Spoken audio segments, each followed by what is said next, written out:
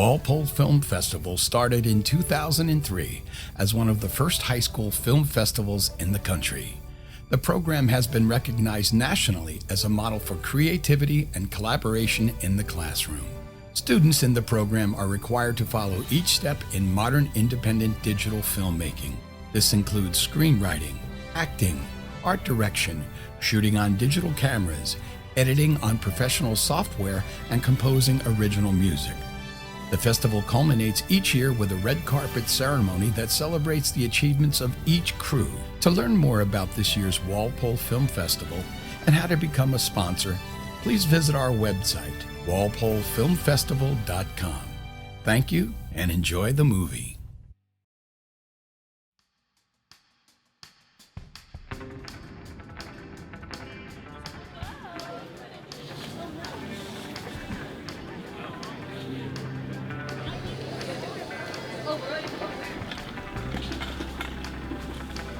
So sad no one's bought this. Is it a crop? I'll buy it. I'm gonna buy it for myself. Do you make these? Yeah, I make them all. Awesome. They all melt so the primary thing that I sell at the UMass Farmers Markets are these crew necks, hoodies, t-shirts, and long sleeve that have UMass collegiate letters that are stitched on and are cut out made using quilted materials that I find from the thrift store. I love the idea that I was able to completely source from recycled materials. So these can include quilted pillowcases, old quilts, even handkerchiefs or towels are often great textiles that I use.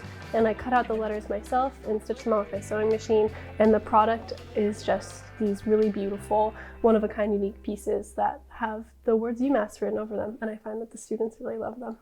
I remember always being fascinated by watching my mom sew when I was a little girl. She would make all sorts of projects from quilts to making me dresses for special occasions, and I loved just watching her work to make something beautiful come to life.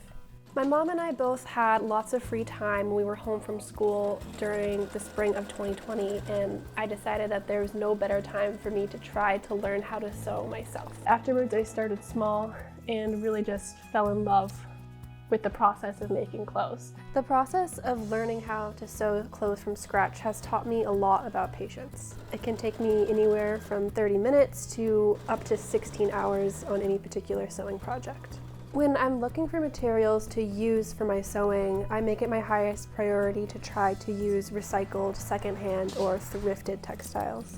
I'll just go to the thrift store, go to the home goods section where there are thousands of quilts and pillowcases and napkins and tablecloths, and see if something is the right pattern, color, and type of material that will work with what I'm envisioning in my head. It's really important to me that I use thrifted, secondhand, recycled items when I'm making my clothes. A, because it is a lot more affordable, but you can also get really great quality fabrics. B, because I think it really sparks my creative process. Using something that's outside of its intended purpose, it forces me to really think outside of the box and transform things into something that you never thought that they could take form in.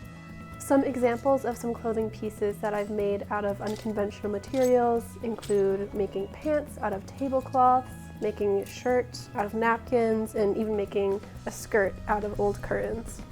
I also think this is really important for me from the approach of sustainability. Obviously, buying new fabric constantly for sewing projects is not very sustainable. It's not really taking away from the vast amount of textiles and clothing that already exist in this world. Beyond actually making clothes from scratch, being able to sew has really helped me become more sustainable because I'm able to alter and modify my clothes to fit exactly how I want and to make sure that they're pieces that I really love I'm going to keep on wearing for years to come. Learning how to sew has changed my life in so many positive ways, but I'm not trying to imply that someone needs to buy a sewing machine and make all their clothes in order to be the perfect sustainable person. I am privileged enough to have the time to be able to go to a thrift store and spend the hour and a half that it might take for me to sift through everything and find a good piece. I can access and pay for secondhand items that might come from online retail services like eBay or other apps, to be able to own a very expensive sewing machine and have the time to upcycle, alter, and mend my clothes. What I am trying to say is there are little actions that you can take in your life to be more aware of how to be sustainable, aware of our consumption and overuse as a planet, and maybe even implement those small steps in your own life.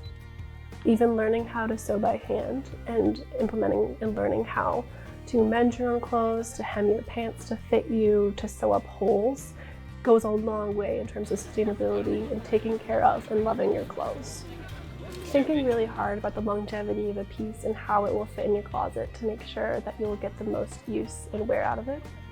Look for Facebook groups that are based around mutual aid so that you can swap and lend items to other people in your community. I know Walpole has a Buy Nothing Facebook page. For anyone who makes art or practices any sort of craft, I really encourage you to use secondhand materials in your art making.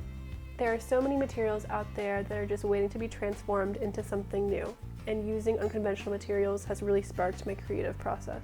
Sewing means a lot to me, especially because it's a skill that I share with my mom. Knowing that this was a practice that my mom used to make clothing and blankets and items to care for me as a child, and now I will use it in the future to take care of others, is really special to me and a really beautiful experience to share with her.